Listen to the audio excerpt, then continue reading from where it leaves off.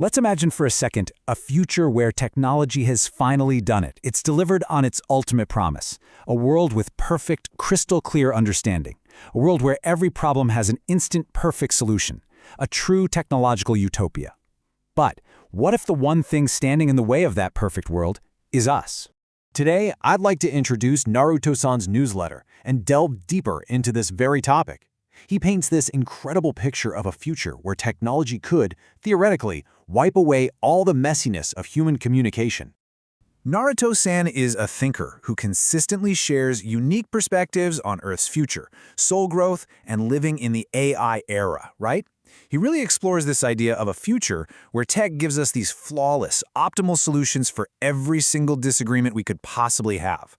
Yes, he has published 10 books so far. But here's the twist. He argues this utopian dream has a fatal flaw, something technology just can't fix. The problem isn't in the code, it's in our own hearts.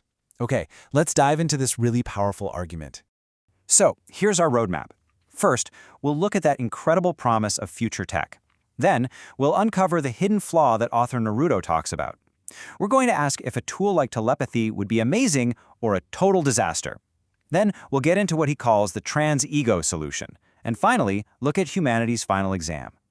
All right, let's start with that utopian vision. I mean, on the surface, you take two specific pieces of future tech, and it really does seem like you'd have a silver bullet for all of humanity's problems.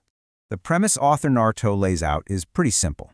Imagine a world where we have 1, telepathy, so you can just directly understand what another person is thinking and feeling, and 2, artificial general intelligence, or AGI, which can process all the data in the world and find the absolute best solution to any problem. Suddenly, all the friction, the misunderstandings, the information gaps, the outright lies, it would all just disappear. Just think about something like international diplomacy for a second. All the posturing, the secrets, the times when one side knows way more than the other, all of it would just become obsolete. The AGI could pop up with a solution that benefits everybody, and telepathy would guarantee that everyone's intentions are on the table. It honestly sounds like a recipe for instant world peace, right? And you know, as author Naruto says, you could absolutely be forgiven for thinking this would be utopia. The logic is perfect. But he argues that the real core problem we face isn't about logic or information at all. It's something much, much deeper. And this right here brings us to the fatal flaw in this perfect technological system. Naruto's basically saying the problem isn't the tech, it's us. So, I mean, let's really think about that. If perfect information and perfect solutions are just handed to us, why wouldn't peace just happen? What is it about us that would actually reject a perfect world? Naruto points the finger at one single culprit, the human ego. And he's not just talking about arrogance. He defines it as this deep, self-centered structure in our consciousness. It doesn't run on the clean logic of pure reason. No, it runs on the messy, chaotic logic of identity, survival, and protecting itself at all costs. And this slide really nails the difference. A rational mind sees the best solution for everyone and says, great, let's do it. The ego, on the other hand, might see that same solution but reject it because it means having to admit it was wrong or, losing face. A rational mind wants a win-win, but the ego can actually get angry if the other side wins, even if it wins too. It will throw away a long-term good just to avoid a short-term hit to its pride. So, if our minds are running on this ego-driven operating system, what on earth happens when you introduce a tool as powerful and transparent as telepathy? Well, according to Naruto, it might not be a gateway to heaven. It could be a gateway to hell. Naruto uses this really powerful analogy. He says that giving these advanced technologies to a society dominated by ego is, and I'm quoting here, exactly like giving a powerful weapon to a mentally immature child. The potential for harm is just staggering. In a world run by ego, telepathy isn't a tool for empathy, it's a tool for getting an advantage. Your deepest fears, your biggest insecurities, they're suddenly transparent, wide open to be exploited. Every flash of anger or contempt or jealousy is transmitted directly, with no filter. Psychological violence would be amplified beyond anything we know, and conflicts wouldn't just be more frequent, they'd become way, way more severe. Think about how we fix relationships right now. We have this crucial buffer. We can always fall back on saying things like, "Oh, I didn't mean it that way," or "You just misunderstood what I was trying to say." But with telepathy, that buffer is gone. Completely. There's no more plausible deniability.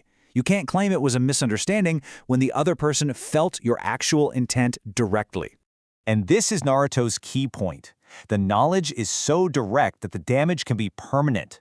Once you know, like really know, that somebody feels contempt for you or has this deep hostility, that relationship might be broken forever. Okay, but what about the AGI? Couldn't a superintelligence just step in? Couldn't it mediate all these ego-driven fights and be the totally impartial referee? Naruto's answer is a hard no.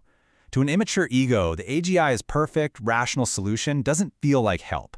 It feels like a personal attack. The ego hears the AGI's logic and thinks, this thing is criticizing me. It's trying to dominate me. It sees it as a threat to its very existence. And the more perfect the logic, the bigger the threat feels.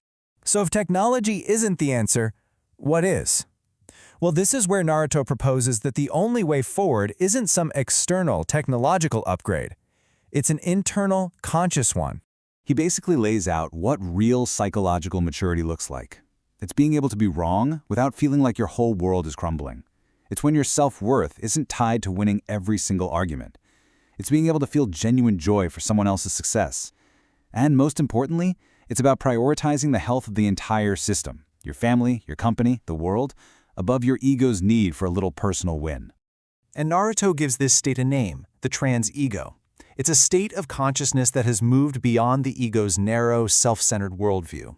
It operates from a place of wholeness, where you see the deep interdependence of, well, everything. Now, what's really interesting about this slide is that it shows maturity as a process. It's not about just killing your ego, it's about transcending it. It starts with just noticing that first impulsive, defensive reaction from your ego. Then, by consciously observing it, you create a little bit of space.